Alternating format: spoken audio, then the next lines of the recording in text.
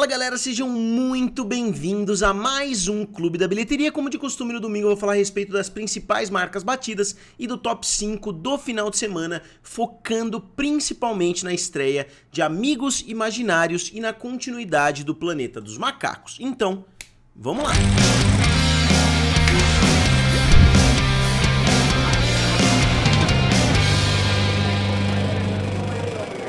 Então pessoal, eu sou o Felipe aqui do canal Triplo F, também lá do canal Guerra dos Streamings. Hoje inclusive eu vou tentar lançar um vídeo lá também.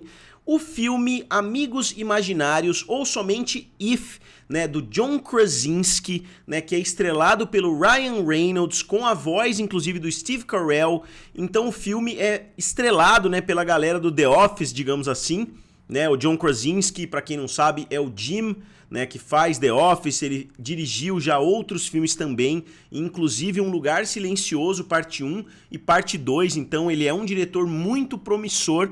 Esse filme não teve o resultado esperado pelo estúdio, apesar de ter surpreendido, né, no day to day, quando a gente olha o resultado de cada dia. O filme teve sim uma performance positiva, mas considerando o orçamento, o filme não se saiu tão bem assim. Novamente, o orçamento é o grande motivo de um filme não poder ser considerado bem sucedido. Obviamente, a temática intrínseca do filme faz com que ele seja um filme mais caro, porque você tem que investir em efeitos especiais, né? Então é um filme que deveria ter um orçamento um pouco mais alto, só que eu não acho que o filme deveria ter custado 110 milhões de dólares, considerando a temática, né, que o filme aborda. Não é um filme que grita grandes bilheterias, né, que grita ali 300 milhões de dólares, que eu acho que seria mais ou menos o que o filme precisaria fazer para chegar no seu ponto de break-even, ou seja, para começar a dar lucro. O filme teve uma abertura de 35 milhões de dólares, que novamente não seria um resultado ruim se esse filme tivesse custado 60 milhões, até 70 milhões de dólares. Eu acho que essa abertura nos Estados Unidos teria sido uma abertura relativamente boa, mas com um orçamento de 110 milhões, eu não consigo ver esse filme sendo lucrativo. O filme chegou com uma nota relativamente baixa, inclusive no Rotten Tomatoes. Eu tava vendo a receptividade muito positiva, né, de muitas pessoas por aí, então eu imaginei que o filme fosse ser um enorme sucesso também para os críticos, mas não é isso que a gente está vendo, né? Então, com certeza uma decepção em todas as frontes aí pro John Krasinski. Eu imagino que eu vá gostar bastante desse filme, eu planejo assistir ele em breve, só que mais uma vez a gente está vendo essa realidade, né, dos estúdios gastando mais dinheiro do que deveriam. Dessa vez foi a Paramount, que é a grande parceira, né, do John Krasinski, que fez os filmes Um Lugar Silencioso, que está criando este universo compartilhado. Será que o John Krasinski usou toda essa força que ele tem, né, por causa desses outros filmes para conseguir financiar esse filme aqui? Pode ser também, é uma coisa comum da gente ver, né? Um diretor produz um filme de sucesso, ainda mais ele que está criando agora um universo compartilhado em volta dessa franquia, Um Lugar Silencioso, então ele é um cara extremamente valioso para Paramount. Será que foi por isso, né, que esse filme acabou saindo do papel? Pode ser que sim, né? O filme chega a 59 milhões de dólares ao redor do mundo inteiro no seu final de semana de estreia, então ele precisaria de um multiplicador relativamente alto, né? Pelo menos um multiplicador 4 para chegar a 240 milhões, para não dizer que o filme foi um fracasso total, né? Porque o filme precisa no mínimo do mínimo dobrar o seu orçamento e fazer mais um pouco, pelos motivos que eu já expliquei várias vezes aqui, né? Caso você tenha caído de paraquedas nesse vídeo, os estúdios não ficam com o valor total da bilheteria, eles dividem, né, com as salas de cinema. Então em alguns países é 50-50, em outros é 60-40, na China, por exemplo, é 25-75, né, porque 50% fica para o governo chinês, né? Então tem toda essa situação, por isso que um filme precisa fazer muito mais do que o seu orçamento. Obviamente vai chegar na Paramount Plus, né, tem toda a situação envolvendo a Paramount, a Shari Redstone e etc. A Paramount está num momento muito delicado porque eles estão procurando um comprador. Então seria muito bem-vindo a essa altura, né, um filme de grande sucesso, mas não parece que vai ser Amigos Imaginários. E aqui eu decidi pegar todos os filmes dirigidos pelo John Krasinski. Nessa semana eu vou focar no John Krasinski, na semana que vem, né, a menos que o filme despenque da primeira para a sexta posição, o que eu acho muito difícil de acontecer, né, eu vou fazer também um quadro a respeito do Ryan Reynolds, mas essa semana vamos focar no John Krasinski, o primeiro filme dele que eu nem consegui encontrar um título em português, né? Brief Interview with Hideous Men, ou Entrevistas Breves com Homens Horrorosos, né? O filme fez somente 33 mil dólares, ele estreou em 2009, né? Então foi um filme independente, deve ter sido um filme com orçamento muito barato. Depois, em 2016, Família Holler, né, que tem um grande elenco, né, Charlie Day, tem uma galera, ele mesmo tá trabalhando no filme. O filme fez 1 milhão de dólares, 1,1, né, milhão de dólares. Depois, Um Lugar Silencioso, que explodiu, né, em bilheteria, o filme foi uma grande surpresa, fez 341 milhões. Um Lugar Silencioso Parte 2 fez 297, mas estreou em um momento de pandemia. Eu acho que esse filme teria feito mais ou menos o mesmo que o primeiro filme, né? Porque apesar do filme ter crescido em popularidade, eu acho que a falta do John Krasinski teria afetado um pouquinho a bilheteria do filme também. E agora a gente tem Amigos Imaginários. Então, é um diretor bastante eclético, né? Ele tem 5 filmes, 2 deles no gênero, né, do terror, mais puxado para esse lado, mas os outros 3, né, um bem diferente do outro. E aqui, 2 filmes saíram em território brasileiro com o nome Amigos Imaginários. Um se chama Amigo Imaginário e outro Amigos Imaginários, né? Curiosamente, o título dos dois não tem absolutamente nada a ver em inglês, né? Um deles chama If, que seria Se aqui no Brasil, e o outro se chama Imaginary, que seria mais próximo, né, de Amigo Imaginário.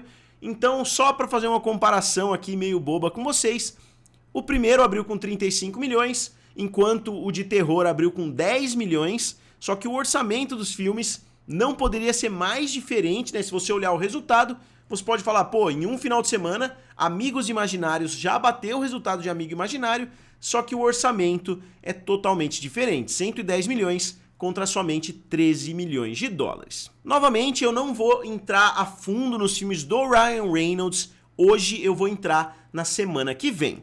Então vamos avançar para a segunda posição, Planeta dos Macacos, O Reinado, né? O filme conseguiu continuar, né, trazendo um resultado bom, caiu 55%, que não é a melhor queda possível, mas também não é uma queda ruim, né? O filme fez mais 26 milhões de dólares, o que é incrível, porque os 4 filmes, na verdade, tiveram resultados positivos, né? Se a gente excluir o Dawn of the Planet of the Apes, que é o segundo, né, que eu não me lembro qual que é o título, é O Confronto, se eu não me engano, todos os outros tiveram performances muito semelhantes, não só no primeiro, como também no segundo final de semana. Eu até anotei aqui para mostrar para vocês. O primeiro filme abriu com 54 milhões e no segundo final de semana fez 27 milhões, chegando a 105 milhões de dólares depois de 2 finais de semana. O terceiro filme abriu com 56 e fez 20 milhões, chegando a 98, então 105 milhões, 98 milhões, e agora o Reinado chega a 101 milhões. Então 98, 101 e 105 milhões, 3 filmes da franquia com uma variação de cerca de 7 milhões, 7 milhões de 98 para 105, né, uma variação muito pequena durante 2 finais de semana, e aí o Confronto teve um resultado muito superior, né, fazendo 139 milhões nesses mesmos 2 finais de semana. E o filme chega a 237 milhões de dólares, um resultado também muito positivo, né? O filme continua atraindo bastante gente, o filme tá tendo uma aceitação boa, o filme tem um orçamento bastante adequado com os outros filmes da franquia, então não foi um filme que explodiu ali o orçamento, que tá preocupando e etc. Então eu imagino que esse filme já tá bem encaminhado para se tornar lucrativo para a 20th Century Studios. Né, a Disney está tendo um ano terrível, assim como ela teve no ano passado, pelo menos por enquanto, porque os grandes lançamentos ainda não chegaram e os maiores lançamentos da Disney esse ano são justamente os lançamentos da 20th Century Studios, né, como Deadpool e Wolverine, como esse filme do Planeta dos Macacos. E aqui o comparativo de todos os filmes do Planeta dos Macacos, como eu falei, os filmes bastante equilibrados, né, tanto em termos de resultado quanto em termos de orçamento, e o filme O Confronto disparando lá na frente. O primeiro com 481 milhões no final da sua corrida, o segundo com 710 milhões, o terceiro com 490 e o quarto com 237. né? Então os filmes com um resultado muito semelhante, o primeiro e o terceiro na mesma casa ali, 481 para 490, então eu imagino que esse seja um resultado, né, razoável da gente imaginar para esse filme. Pessoal, tá rolando a Book Friday na Amazon. Eu tenho um prazer de reportar para vocês que cerca de 15 livros foram comprados ontem, porque eu falei do desconto entre ontem e hoje, né? Porque eu falei aqui da Book Friday, até 80% de desconto em livros e e-books, né? Que são os livros digitais aí. Então, se vocês não entraram ainda, entrem. Eu quero ver todo mundo aí lendo bastante, né? Tem muitas ofertas sensacionais por aqui. Eu mesmo já comprei um livro, né, de Rick and Morty, né, tem algumas promoções inclusive de Rick and Morty, mas eu mostrei pra vocês ontem, ó, Harry Potter, 48% de desconto, trilogia Jogos Vorazes, 58% de desconto, né, ó, Pai Rico, Pai Pobre, 45%, esse é um livro que eu li muito tempo atrás, tem muita promoção boa, né, eu adoro, eu acho que o hábito da leitura é muito interessante, ó, O Poder do Hábito, 60% de desconto, It a Coisa, 56% de desconto e mais uma infinidade de livros, né? Eu fiz alguns testes, eu dei uma procurada em livros do Tolkien, por exemplo, né? Que é um autor que eu gosto muito. Como eu falei, cerca de 15 pessoas já compraram livros, eu comprei alguns pra mim, meus pais já compraram também, porque minha mãe gosta bastante de ler. Então não deixem de acessar, vale muito a pena, é um hábito muito bom pra todo mundo ter. E eu tô aproveitando aqui pra falar a respeito da Book Friday. E na terceira posição chegou a sequência, ou pelo menos um filme no mesmo mundo ali, né? Do filme Os Estranhos de 2008, que é um filme que eu gostei bastante de assistir, estrelado pela Liv Tyler, né? A Liv Tyler eu principalmente conheço, né, como a Arwen de Senhor dos Anéis, né? Então é uma atriz que eu gosto bastante. Ela fez esse filme, eu gostei muito, né? A temática do filme é bem sombria, tem 3 figuras ali que são bem ameaçadoras, né? Então eu gostei. É um filme que eu fiquei surpreso de não ter lançado um mundo aí, né? A gente vê muitos filmes de terror bem inferiores, né? Lançando 3, 4, 5 sequências. Agora chegou Os Estranhos, capítulo 1, né? Que parece ser bem interessante. O filme custou somente 8,5 milhões de dólares, para vocês verem a importância de um bom orçamento. E o filme teve uma abertura de 12 milhões de dólares. É um filme da Lionsgate e ele teve uma estreia somente em território americano por enquanto.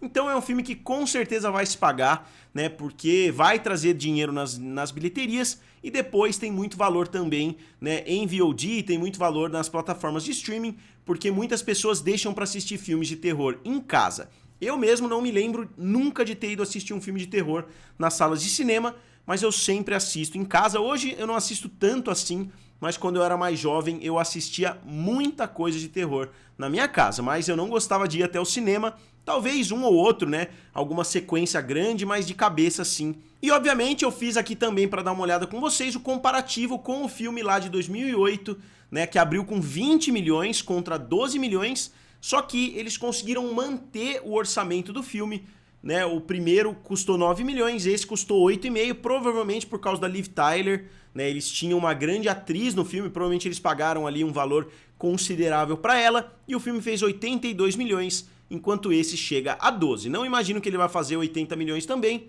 imagino que vai ficar na casa de uns 60 milhões de dólares. Na quarta posição, o filme O Dublê, ou The Fall Guy, né, estrelado pelo Ryan Gosling e pela Emily Blunt, né, que é mulher do John Krasinski, que dirigiu o primeiro colocado dessa lista. Então um casal ali na primeira e na quarta posição, então realmente um destaque bem legal, né, para os dois atores que eu gosto muito, né, inclusive como pessoas, né, eu acho que os dois aparentam pelo menos ser muito gente boa, muito queridos ali pelos outros atores.